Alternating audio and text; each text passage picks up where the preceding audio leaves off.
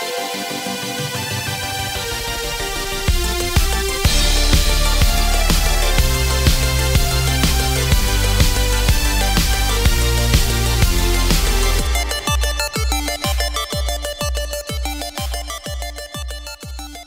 everyone, welcome back to the Sports Psych Show. Thanks so much for joining me. Now today I'm really excited to be speaking with Zoe Moffat and Dr Paul McCarthy. Zoe and Paul, welcome to the show. Thank you for having us. Thank you, Dan. It's great to have you on. Let's get some introductions going. Zoe, why don't you go first? Introduce yourself to the Sports Psych Show audience.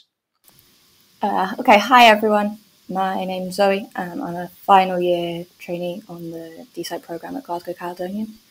I guess in terms of my journey to this point, my background's in tennis, so I started playing when I was 5 or 6, competed a lot, kind of went through the tennis pathway, as it were, and then went to a tennis academy in London for a couple of years, lived in there, started coaching as well, and then used that to kind of go to university to start kind of a sports psych journey. Awesome, brilliant. And on to you, Dr. Paul McCarthy. Well, welcome back, sir. It's good to see you again. Thank you. No, it's great to be back. And from my previous show, we were talking about a lot of my work is at Glasgow Caledonian University, and I'm the program director for the Taught Doctorate in Sport and Exercise. And I work in private practice as well, so I keep myself busy. Nice. Now we're here today to talk about a piece of research led by yourself, Zoe, as part of your professional doctorate, ably supported by Dr. Paul McCarthy here and Dr. Bryan McCann. And it's the research is entitled Shifting Attributions, Shaping Behaviour, a Brief Intervention with Youth Tennis Players. And I spotted this on Twitter, read a little bit, and was so keen to get you guys on because I just think it's an area that's attributions, self-talk, it is spoken about a lot in many respects, but I think it's undervalued, in my humble opinion, in the performance arena. So I was really, really excited to see this, to read it, and then to get you both on to talk about it. I think before we get going, Zoe, why don't you give me a little bit of background as to the genesis of this research? What shapes you deciding to do this piece of research?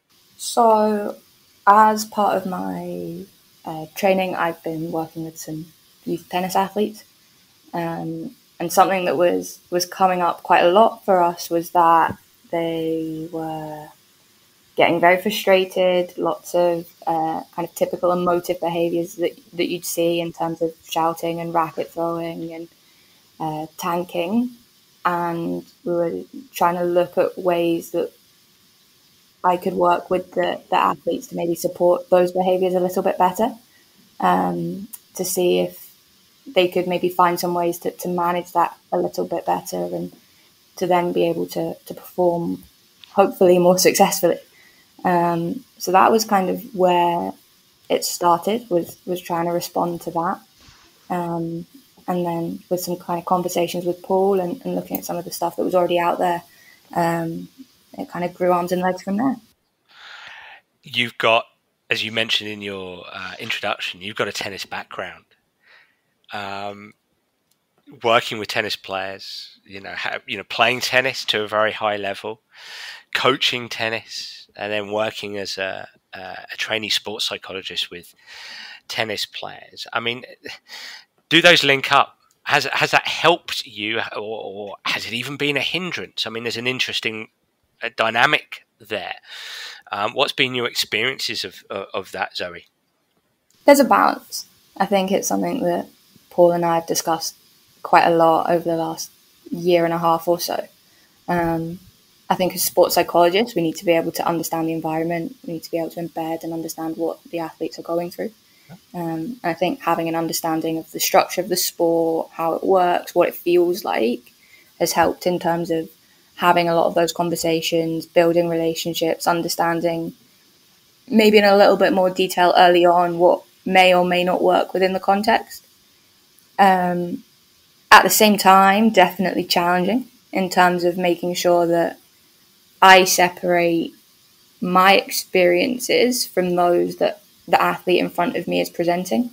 So the solutions that I've found and things that have helped me won't necessarily help the person in front of me. And the way I perceive what it feels like to be hitting a second serve at break point is going to be very, very different to how another athlete feels. So that's definitely the biggest challenge is parking my own experience and absorbing and hearing what they're saying while using it at the same time. I agree. I think it is a balance. Having played pro golf, coached golf, and then worked with golfers as a sports psychologist, there can be a perceived advantage to knowing the language and the specific challenges that players face. There can be an advantage to having experienced the emotions, the feelings that the person in front of you is experiencing, although obviously those emotions, those feelings are going to be subjective. But as you're alluding to, there can also be a disadvantage in as much as you bring your own biases to the table. Paul, what's as a seriously experienced practitioner, what's your thoughts on that? Zoe said she'd had conversations with you as a sports psychologist, functioning in a tennis environment where she's got a strong background in the game. What's your thoughts and opinions on this area? I think there are a few, because one of the roles is to distinguish between previous roles or even current roles you might coach elsewhere, but you're also trying to hold on to your identity as a psychologist in that environment. And the comfort in that is knowing the boundaries of what those might be. And that's part of the work that we would cover, Zoe and I, in supervision. But it's an ongoing discussion as well with the people you work with, because coaches and backroom staff also want an understanding of who you are, what you do, and how you work. And it can often seem like that psychological support is misunderstood. We just don't know what exactly it looks like or how it plays out. So for any coaches, etc., having a schema for what we do, just like us having a schema for what the coaches do, is a self-awareness and understanding that helps on both sides. And the more we share our experiences and share our ways of working, this is who I am, what I do, and the way I work, it's much easier for other people to work around us. And of course, we will talk about areas of communication and understanding, but also part of the difficulty is to assert ourselves in the right way around the people we work with, so that we can share what we think, what we feel, and what we do. So we remove the threats that often remain hidden. And that does come from more and more of us revealing more and more of what we do to the audiences that we work with. Now, back to this research. In essence, in very simple terms, it's about exploring sort of behaviour change by helping players manage emotions in very, very simple terms. And you underpinned the process, the intervention, if we're going to use that term, by using something called cognitive behavioural therapy, CBT. And I know most people listening will have heard of CBT, but it might be useful here, and I'm going to come to you here first, Paul, if I may, to give the audience a bit of an understanding before we get into exploring words like attribution and even self-talk. If we can give the audience a bit of an understanding, a basic understanding of CBT. I know that could take a couple of hours, Paul, so you've got a couple of minutes tops. That would be brilliant, mate, if possible. Yeah. So our current or everyday CBT, cognitive behavior therapy, came out of work that started in the 60s and 70s, cognitive therapy. The behavioural arm was added in a little bit later. But in simple terms, it is what we think, what we feel, and what we do. And each of those parts influences the other. And they could work forward, as in, I think something, I feel something, I do something. But also it can work backwards. I do something, which means I can feel or think something in response. And most of the way in which we live in the world is our way of thinking, feeling, and doing. And for our work in CBT, we're trying to understand ourselves, other people, the world around us, how they construe or make sense of their world in terms of their thoughts, feelings, and their actions. We add in another little piece in there as well about sensations or what they are feeling inside. But in principle, that is how those parts work together. But what we would say is that the world, what we believe is we cognitively mediate, we make sense of the world through our thinking. And when people hold on to that, they're saying, I know my world or understand it through my thinking. That is their understanding of all things that they come in contact with. So would it be fair to say, a point to either of you here, that when you're watching a tennis player play, a footballer play, a basketball player play, they are constantly thinking, feeling, and doing? They're kind of thinking, feeling, and doing machines, if you like. That's right. And once they realize that their place in the world comprises those elements, then they can ask themselves simple questions. What am I thinking? What am I feeling? What am I doing? Maybe what am I feeling internally as well? And that gives them lots of information, self-awareness, that they can carry with them wherever they go. And whenever we're trying to understand our place in relation to other people, when we ask those questions, we have our understanding, but then we can use that to empathize. I wonder how this other person is thinking, feeling, doing. And we take a lot from their behavioral outputs. So we watch somebody and we infer from their behavior what might be going on. And sometimes that's accurate and sometimes it's not. And part, I guess, of the best story is finding out as empathetically as possible, this person is having this experience. I'm gaining my understanding of it. I'll be a better coach at the end of it because of that. Instead of me jumping to conclusions or establishing my assumptions, I'm actually finding out what is going on for this person. That's difficult work, but work that has, as we'll see later, many, many benefits. I think what's so interesting there is the link and the separation between behaviour, the doing, if you like, and the thinking and the feeling. As you mentioned there, Paul, that sometimes, maybe often, there is a correlation between thinking, feeling, and doing. What a person is thinking and feeling relates absolutely to the behaviours you're seeing there on the court, the course, or the pitch, on the field. At other times, actually, the behaviour is different to what a player is thinking and feeling. Now, coming back to you, Zoe, so you were working at a tennis academy, and potentially you saw quite a lot of what we might say were maladaptive behaviours, if you like, probably revolving around the emotional side of things. You saw crying and racket throwing and tanking, and you wanted to explore ways to help these players improve in this area.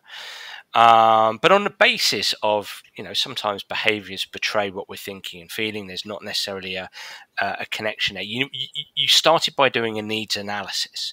Can you tell us a little bit about this needs analysis? Where did you start here? What were you doing? So I think a lot of the stuff that we do is around helping athletes to understand first.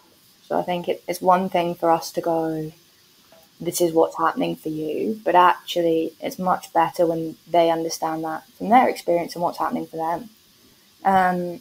So the first thing we got them to do was essentially like a match chart. I don't know if people have seen match charts, but essentially tracking what happens with the points. So it drew a little line up if they won a point and a little line down if they lost a point. And while they were doing that, we asked them to also record how they were feeling. So what emotions were going on for them in those moments, and what maybe happened as a consequence. So at the end of a practice set, they could say, okay, so I won a point and I felt excited, and then I actually won a couple more points after that. Or maybe the opposite might have happened, that, you know, they were frustrated because they missed an easy forehand. And then that frustration again trickled through, and then all of a sudden they'd lost the game. So that was kind of the first thing, was going, what actually are these athletes experiencing? And can they recognize that for themselves? What I thought was really interesting was that you found that players reported the importance of emotional regulation, but they didn't seem to have much awareness of their emotions or their emotional regulation capabilities. Would I be right in saying that, Zoe? Yeah, so at the same time as that, I got them to do a performance profile, essentially, to go, what things do you think are important for you to be able to perform well? And one of the things that they all rated really highly as being important was being able to manage their emotions. So they went, okay, so I need to be able to manage my emotions well to be able to perform how I want to. Actually, when you then kind of looked beyond that, of them saying that, to, well, do you know what you're feeling? And do you know what that looks like or how to do that? They didn't actually really have any of the skills to be able to. So there was a gap there. I know this is important, but I have no idea what it is or how to do it. Is that, Paul, coming to you here, is that quite common that players report the importance of emotional regulation, but they don't have much awareness of their emotions necessarily, or their capability to regulate emotions? Yeah, it is probably one of the most fascinating parts of what we do. Is we, as working psychologists, are beginning with self-awareness, and the awareness that we might assume a person has is often missing. So we would introduce, in a way, themselves to themselves through their conversations with us. And they're usually startled, or, oh, I didn't realize that that's me. This is what I do. This is what I think and feel. So even using that simple process of thoughts, feelings, and actions helps them to make sense of what's going on in a way they may not have before. So they are living in a world perhaps without that cognitive mediation. Yet I'm experiencing my world, but not in the thoughts, feelings, actions that maybe others might expect. And that can be a little startling as well, and helpful, because it helps them to see that I have a new way of understanding myself. Zoe, when you reflect back on your own tennis career, would you say that you were quite aware of your emotions, your internal experiences when you were competing? Good question. Certainly in the first instance, no. I was all of those things I've previously described. I was very competitive, but couldn't use that in the right way. I managed my emotions very poorly. I was the kid that you saw screaming, come on, and also throwing their racket.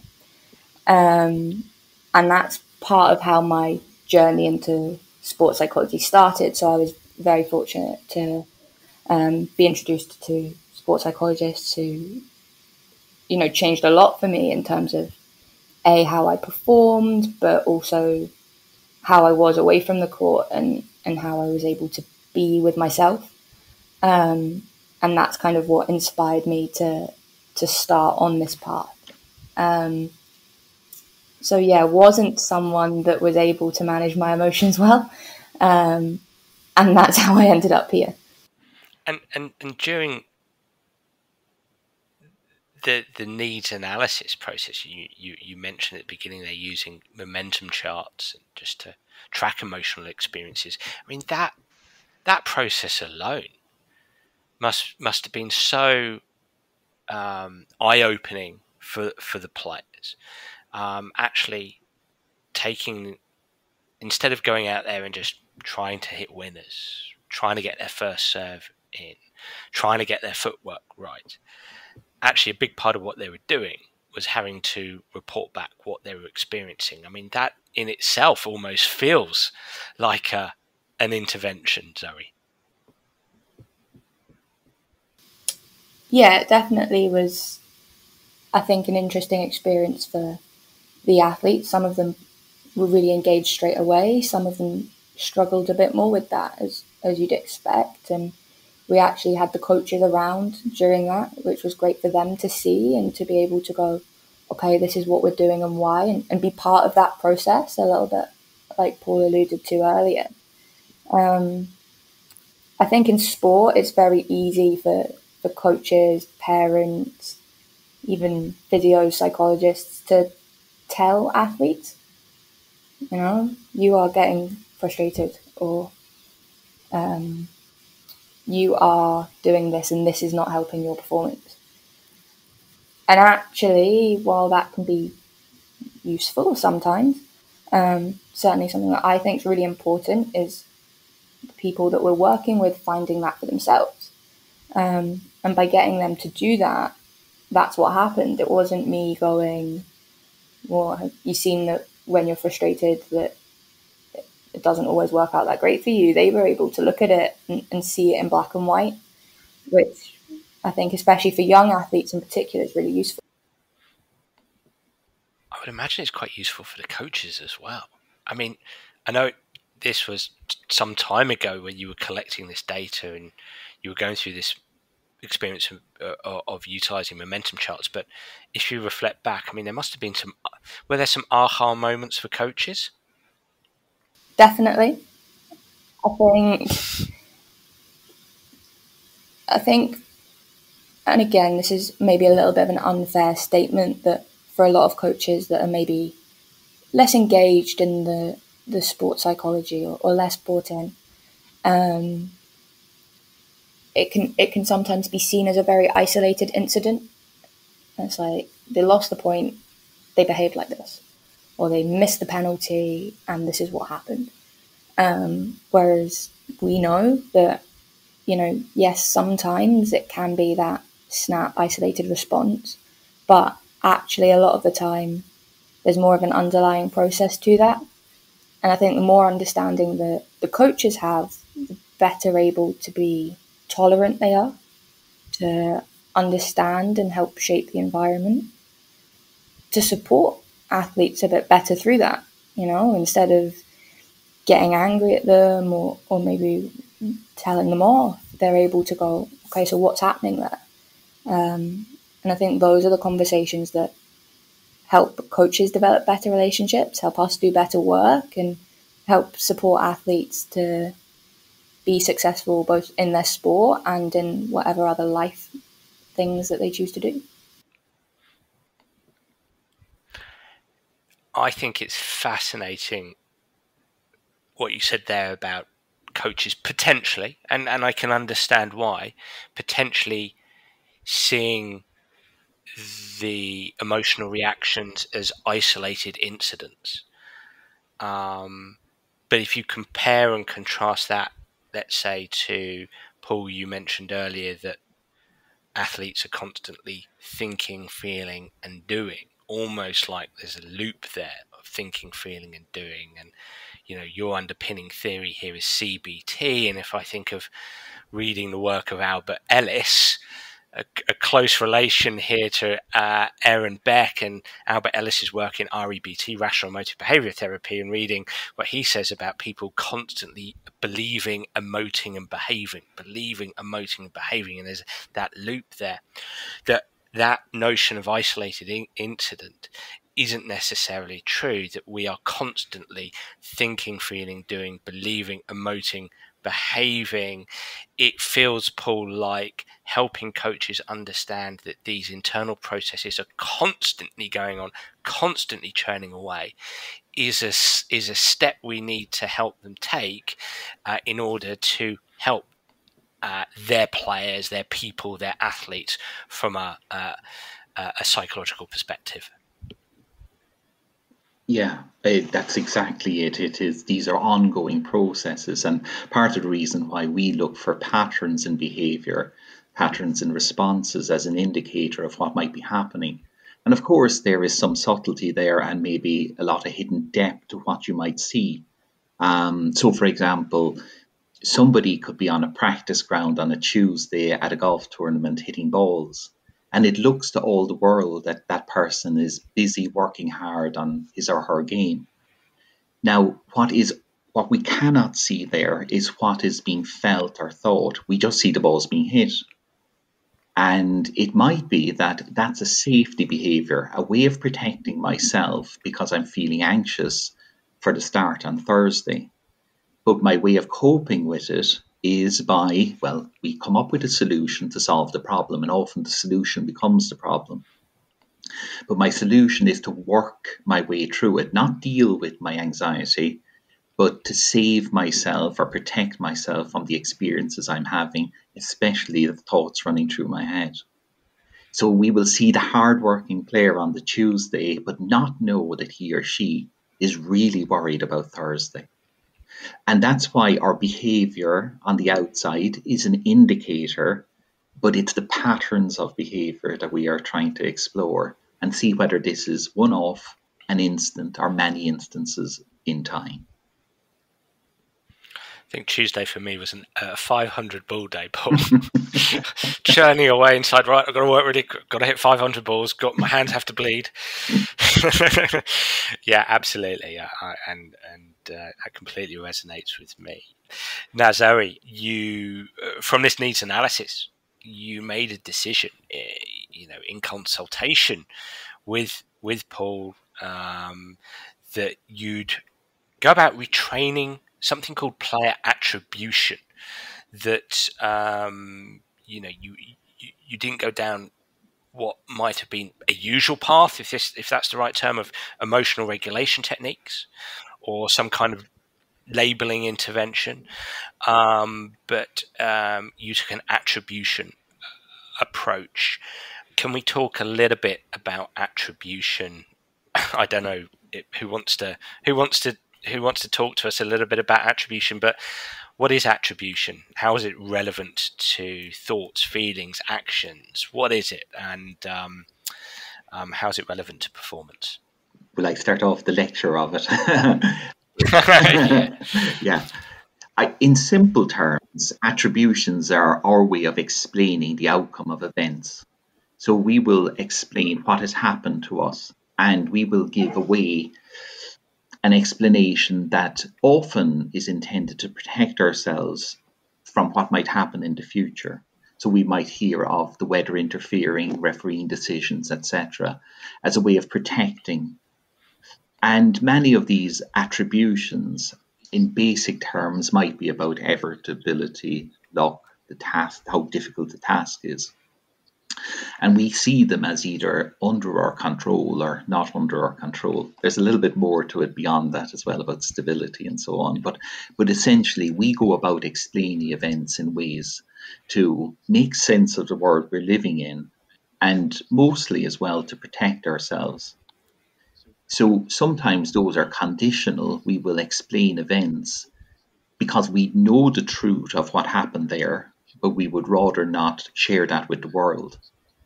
And in the work that we do with athletes, we are trying to help them explain those experiences as honestly as they can, without it being socially mediated, like without having to play to an audience or to reporters, etc., about the story you would like to tell. And at that level, then we get to see how athletes make sense of their world and whether they are attributing the outcomes to events that are controllable, changeable, and what might be manageable in the future. So from an attribution perspective, we're explaining the outcome of events. And so, Zoe, your task essentially was potentially to try to understand how those tennis players were making sense of what was happening on the court, and to try to help them organize their sense making into more helpful forms of sense making, essentially. Yeah, so, and I'll be honest, when I initially went to Paul and we were discussing this, I did go down that, stereotypical, emotional labeling and awareness. And we had quite, well, I think a good conversation about that, at least, about how, okay, that was great. And that was maybe the immediate bit. But when we take it back to that CBT, thoughts, feelings, behaviors cycle, that actually were those feelings just a response to that attribution process? And if so, was changing feelings or looking at the emotional level actually just looking in the wrong part? It might help and it might influence the cycle, but could looking at helping them to understand their thoughts around situations be more productive? So you decided to retrain player attribution. To do this effectively, you created a 5-step process: assessment, psychological education, the attribution retraining, evaluation, and then follow-up. It's kind of a traditional psychological approach to behavior change. Let's briefly go through each step. I think it's a fascinating path. Why don't we start with assessment? Quite similar to needs analysis, but it involved a questionnaire and also a Think Aloud protocol, which we've talked about on the Sports Psych show with Dr. Amy Whitehead previously. Tell us a little bit about the assessment part of the process. Yeah, so once kind of Paul and I had made the decision that was the route that I was going to explore, the first thing was to assess it, to work out, okay, we're going to do this work, but what impact is it going to actually have? There's a questionnaire, the CDS2, which is a measure of attributions. And that was quite good in terms of giving a numeric score, something really concrete to work with. In the same breath, sport isn't concrete, and numbers are useful. They're a guide, but they only tell us a very limited amount of the picture. So we decided to use Think Aloud as well. I'd read quite a bit about it in the lead up to this intervention and was just like, oh, exciting. And I'm glad you've had Dr. Whitehead on so that I don't have to give quite as in-depth an explanation. Give us a basic. But I mean, essentially, as the name suggests, it's getting people to think out loud. Yeah. There's different levels depending on how much you want athletes or coaches to think about and to articulate what it is. So the level of cognitive demand that you're placing on them.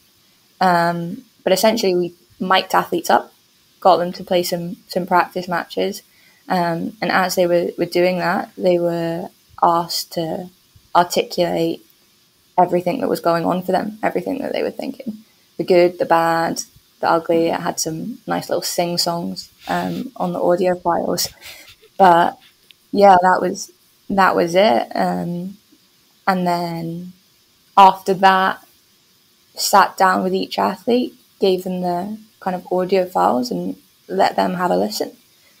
And I think that was actually, again, you said earlier about how was that first bit an intervention in itself. I think this was something that was too, for them to actually hear, wow, I say that to myself, was a really powerful moment for a lot of the athletes. And that involved singing as well. Some athletes would be singing during playing. Yeah, there was all sorts that I say you wouldn't expect, but you would. So you look at tennis as a sport, only 10 to 30% of the time that a player's on court, they're actually playing tennis.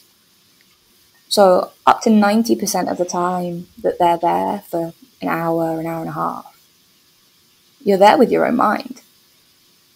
So depending on an athlete's personality, on how engaged they are and what's going on for them in their lives, singing a song might be a really good way of them coping. So unexpected, maybe, but I think when we look a little bit deeper, those things could be really useful. How were you doing that Think Aloud protocol? Did the player have some kind of little microphone, or were they reporting back to you? How did that actually practically work? Yeah, they were mic'd up. Obviously, with any of these things, you've got to acknowledge that a little bit of authenticity can be lost because they know that that's happening. But at the same time, by miking them up, I was actually able to step back and be further away. And while they got prompts in terms of, remember to keep thinking aloud or other kind of similar cues, actually they were able to just speak as they wanted, whether that was during play, out with play. And so anything they had an urge to say to themselves, think about, to sing, they'd do that into the microphone. Yeah, so ideally, everything that they thought was spoken aloud. Okay. That's the intention, at least. Okay. I don't suppose you were present when they listened to that back? It depended on the athlete. So they were kind of given that choice. I think for some it was, in the first instance, maybe a bit more of a personal process. But for most of them, actually spent time sitting with them, listening in the same way that you would, a coach or a biomechanist might sit and watch through tapes. I think one of the big things for our role is trying to separate some of the stigma and to help them see that actually, this is just part of what you're doing as part of your sport. So yeah, actually quite a collaborative process, and that's very important in terms of the philosophies and modes of practice that we work with and we're learning about at Glasgow Caledonian, and for just how I like to be generally. Paul, when I interviewed Dr. Amy Whitehead, we obviously predominantly talked about this Think Aloud protocol, which left me very enthused. I loved it. Reflecting back on my golf and thinking about if I had done that process, it would have been probably quite traumatic, but very, very useful.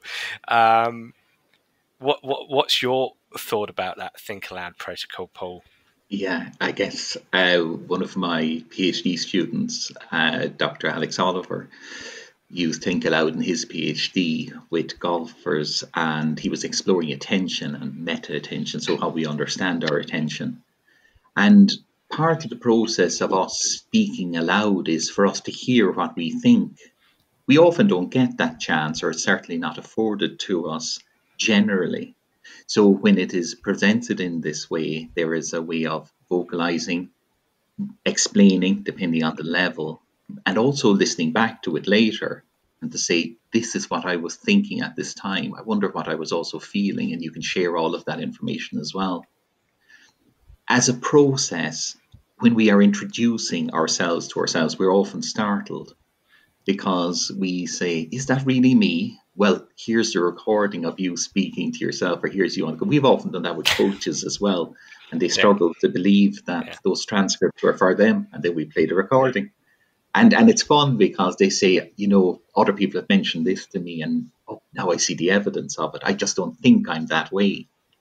And that's the part of this. It's not in any way to, some people might feel ashamed or embarrassed, but not at all. It's actually us getting to know and accept that that is part of who we are right now. We can change it, of course, and that is part of the meaning making we go through in these types of interventions as well. And they're collaborative processes. It's the player, along with the psychologist, that's working through these things as a potential for change. And I think what's so powerful is that anybody can set this up. Anybody can Yes. do this, can't they, Zoe and Paul? You know, any coach can help a player use a recording device and then allow that player to go away and listen to it, or listen to it together, and it starts such a great conversation. And as you said to me off air, Zoe, this piece of research is as much about self-awareness as it is about self-regulation, emotional awareness as it is about emotional regulation. And that self-awareness piece always feels like the first step in change, if you like. So I just think it's such a powerful thing to do. The next step was to help players go through an education process, to a psychological education process. Tell us a little bit about this, Zoe. So CBT is one of the first steps of CBT is psychoeducation. Yep. So one of the kind of things with CBT is that you ideally get to a point where the person in front of you is able to manage themselves and their thought, feelings, behavior cycle without needing that support from somebody else. And one of the first stages of that is them understanding it. So each of the athletes got a workbook that they could work through in their own time, ask me any questions about, and was basically just that, was going, okay, can you identify what your thoughts are? Can you identify your feelings? Do you see what that means for your behavior? To try and break down those links and understand, okay, what is happening for me? How am I making sense of it? And what does that mean next? So that was what, we were looking to do in that phase. And then that led to attribution-retraining. Can you take us through that a little bit? Yeah, so sure. The first bit was a little bit of understanding, okay, what are attributions and what would we, ideal world, have them look like? It was meant to be done in person, but the world and the present situation got in the way. COVID. Yeah. So did it online, and used some of the stuff from the athletes Think Aloud. So some of the what we would consider dysfunctional attributions that they used, presented them and went, okay, what can we do with this? What can you do with it? How can you change that or view it slightly differently or make sense of it differently so that you're able to behave more effectively? You mentioned dysfunctional attribution, so an unhelpful attribution. There's some written in the piece here. So, for example, I should have won that set. I'm so unlucky. That was such a fluke. The next one involves a swear word, so I'll tone it down a little bit. You're actually rubbish. You can't play. There's no point being here. Another example was the balls are so wet. They don't bounce. Why is this happening? Unhelpful attributions. And what I assume you were doing then was striving to help the player turn the unhelpful attribution, to the dysfunctional attribution, to a more functional, to a more helpful attribution. So for I should have won that set, I'm so unlucky, it's such a fluke. Right, that was unfortunate. Here we go. Commit to the strike on the next shot, or whatever it might be. That's what you were trying to do, Zoe? Yeah, so looking to put the control back with the athlete. So make it as controllable as possible, and provide them the steps to be able to do something. So, you know, we're in Scotland. The weather is not the best. So wind and rain are things that, you know, the athletes come up against a lot. And it's like, okay, great, it's windy. You're going to have to play in wind again. We can't turn the wind off. You can't do anything about the fact that it's windy. But what can you do? And actually, by empowering athletes to have control of the situation, they're then able to respond way more positively. And sometimes it's more challenging to see how we can get that than others. You know, sometimes it may take a little bit of time, but you know, if we can help athletes to do that, or coaches, or parents for that matter as well. I think they're someone that gets ignored a lot, but have a hell of a lot of an impact. Then we'll be in a better position. So yeah, that's what we were looking to do. It's a skill, isn't it? It's a skill, and you're trying to help players develop the skill of helpful attribution away from unhelpful attribution. Can that also involve self-talk that's instructional or motivational? Does that come into it as well? Yeah, 100%. I think, as I said before, tennis is a sport, and lots of sports are, where you have a lot of time to talk to yourself. Yeah. And often we create our own narratives.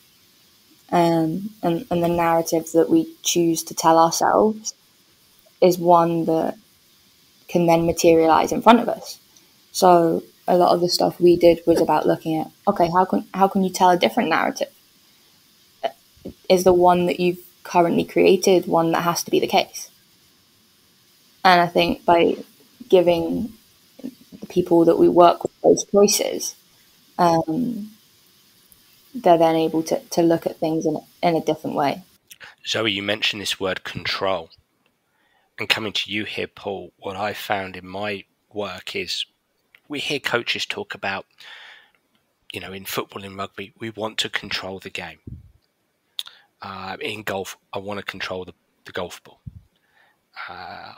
Maybe I want to control the point or the match in tennis.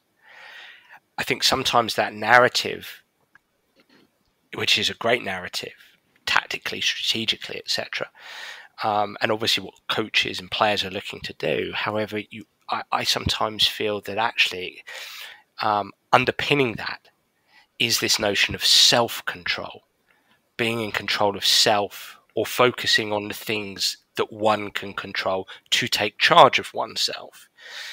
And it feels like that having the capacity to shift unhelpful attributions into helpful attributions, to engage in instructional self-talk or motivational self-talk when we might be engulfed in automatic negative thoughts or negative automatic thoughts.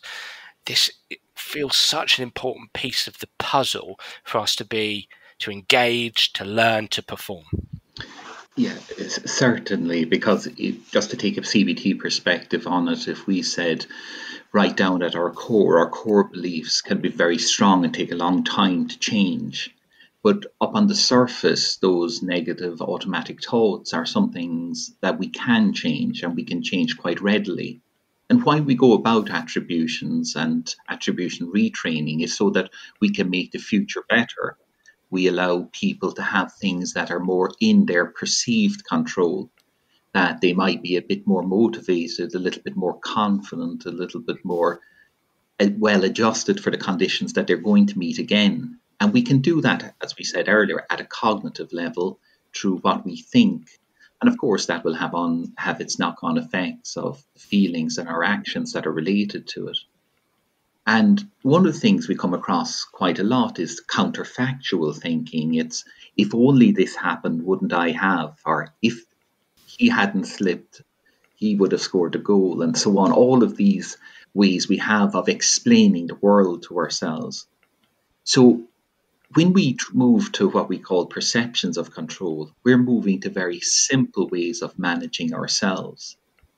Now, the self-talk is a very good indicator, a way of managing. But if we look behind it and say that my self-talk is part of a process of me thinking, feeling, doing, then I know the story, as it were. One of the very simple things I do with a lot of athletes and working with coaches as well is to change the story. So they tell a story and I ask them, could you tell that story a little bit more helpfully? And they tell the story. And then I say, the same story again, could you tell that a little bit more helpfully? So eventually they move up a couple of levels that they've changed the outcome of the story simply by changing their meaning that they've drawn from it. And that is what attributions is about. It's about changing the meaning of the story. I'm often asked, Paul, what are the most...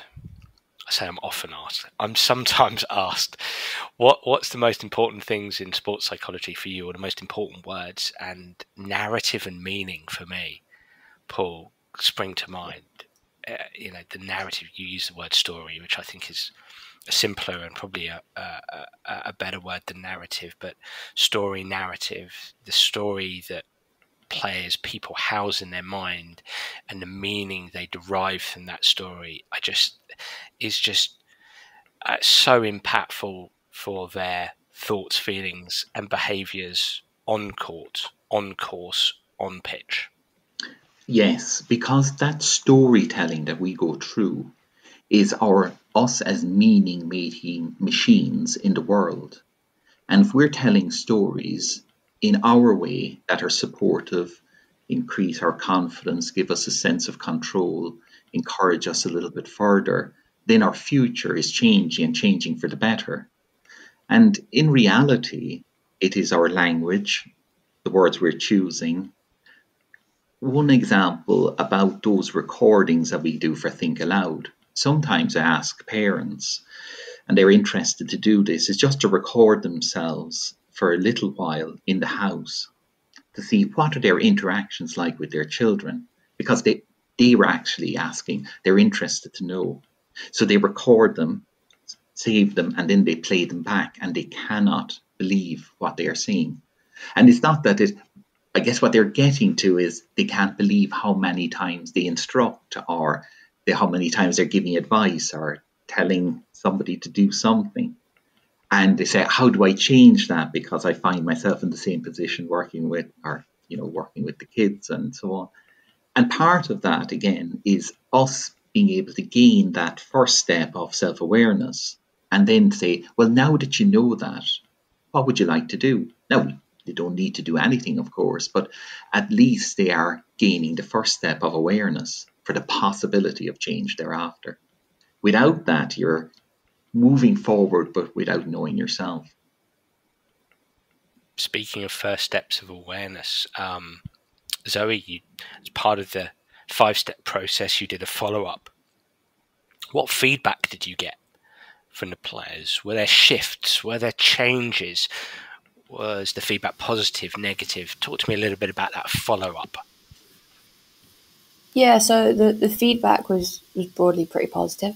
The follow-up period was really important. Because of COVID, so it meant that when we did the evaluation, we weren't able to get the on-court data.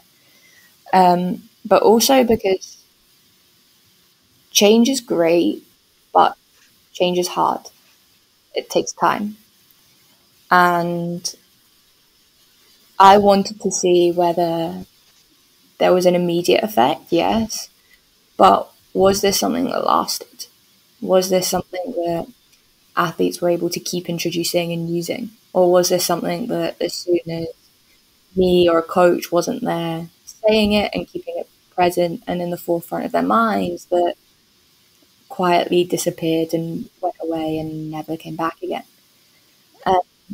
So that was the purpose of the follow-up period. Results were broadly very positive in that athletes still being able to use it. They were able to see the benefits of it. And that's where kind of those first steps were really important in terms of going, okay, well, you're seeing what impact this is having. You know it for you and have made sense of it for you, which increased engagement and buy-in, and athletes then wanted to use it. So yeah, results, broadly speaking, pretty positive, I think. Yeah, incredibly so. And it relates to something else that's in the paper as well, the wise interventions. And wise interventions are something that we are wise to, but essentially our meaning of an experience has changed. And there are lots and lots of different studies on this. The profound nature of the changes that we've seen in the research is that something very simple and seemingly innocuous has a profound effect over time. Some of these are social interventions, others are, one very simple one would be asking people to acknowledge their values. And most people aren't sure what they value or what are value or what is valuable to them. So sometimes if you ask them, they say, my family is something that's they consider a value, but it's actually something that's valuable. But something that they hold, it could be loyalty, discipline, organization, hard work, and so on. When those are identified and they write about them so that they can explain them back to themselves, they have a profound effect on how they continue in the future. Say, for example, in school where they might feel they're not doing as well as they would like. These wise interventions are a way of changing their attribution, but also improving the likelihood of them succeeding and surviving in the future. They do a lot of these with interventions in schools with people who feel, I don't belong here. But when they are given other indications or evidence from other students about how they found their transition to college or university, they adapted much better because they could see it was normative, it was like other people, and that these people were evidence that they succeeded as well. So wise interventions are a very simple way of introducing change into a person's life, but the profound effects often go on for many years. In closing, and Paul, I'll come to you first if I may. The experience of doing this research, I'm aware that we've got quite a lot of coaches listening in. When it comes to attribution, to self-talk, thinking, feeling, doing, putting you slightly on the spot, sir. One piece, Zoe, I'll come to you afterwards. One piece of advice maybe relevant to the research that you might send a coach's way. Yeah, I guess two things. One is that we are often in the position of trying to provide some advice, but the simplest possible interventions are the ones that are least intrusive. They most honor the athlete or coach. But I would say, if you're ever asking an athlete to explain what happened and you feel that it could be something to change, there is a better, more helpful, more encouraging way of explaining it, to ask them to explain it again in that language. So they're changing it up, as it were. And what it'll show both people is that whatever has happened can be seen differently by different people. And it means that we can change the meaning of an experience however we would like. And that's what I think, if there are interactions and coaches are working with athletes, to ask them how they can change the story. How can I change the story? Love it. I love that. Yeah, absolutely. Zoe, any golden nuggets for coaches based on your brilliant research here? It's tough following up on Paul there. I think maybe a general thing would be to get it to come from the athlete or the coach, if you're looking at coaches, as much as possible. So similar to what Paul was saying, what we said about Think Aloud and the self-awareness work, is get it to come from them, because that's going to have way more of an impact in them and for them in that instance, and in the long term, if they're able to see themselves for what's happening. So yeah, get it to come from them. No, I love it. Yeah, absolutely. Absolutely. I suppose in simplistic terms, be as autonomy supportive as you can, extract narrative and meaning, story and meaning from them. So it's as person specific, as relevant to them as possible, rather that as Professor Stephen Rolnick would say for motivational interviewing, that writing reflex that we tend to have, telling people what to do rather than actually extracting data from, thoughts, feelings from the person in front of you and their interpretation of their world is what I'm hearing from you both there. Brilliant. Awesome. Well, look, absolutely fantastic. Really, really enjoyed that. And as I said at the beginning, I just think even if we just labelled this area as self-talk, as simplistic as it sounds, I think it's something that's on the one hand really appreciated in the sporting world. On the other hand, I do think it's underestimated the impact that self-talk from a global perspective, the emotions, the feelings, the thoughts actually has on the engagement, the learning, and the performance of the athlete. That's just my opinion, but I think it's maybe the general consensus of this specific episode. So, look, thank you both for giving up your time to speak to us today. How can people get in contact, potentially find this piece of research? Zoe, I believe you're on Twitter. So how can people, if you want to be found, how can people find you? And, potentially how can they get their hands on this bit of research? So my Twitter is Zoe Moffat SP. In terms of getting hold of this work, it was published in Case Studies in Sport and Exercise Psychology. But yeah, if you want to find out more, feel free to get in touch either on that Twitter account or you should be able to find my email from that. Brilliant. Awesome. And Dr. Paul McCarthy, how can people find you? How can people find your brilliant books and get in contact if they so desire? Yeah, so my Twitter handle is at Dr. Paul McCarthy, and my website is drpaulmccarthy.com. And if anybody is interested in this type of research and all the research that Zoe has done, we'd be happy to share the practices with you. All Dr. Paul McCarthy books available on Amazon? Yes, more on the way. More on the way. Brilliant. I look forward to that. Fantastic. Well, thank you so much to you both. Thanks for coming on. Thank you, Dan. No, thank you for having me. Well, everybody, I really enjoyed that podcast. And I'd love to hear what you, the listener, think. So please do get in touch via Twitter or Facebook or through my website, danabrahams.com, to tell me what you think of the Sports Psych Show. And if you do have any suggestions, I'd be delighted to hear them. I'm already looking forward to next week's episode. Bye for now.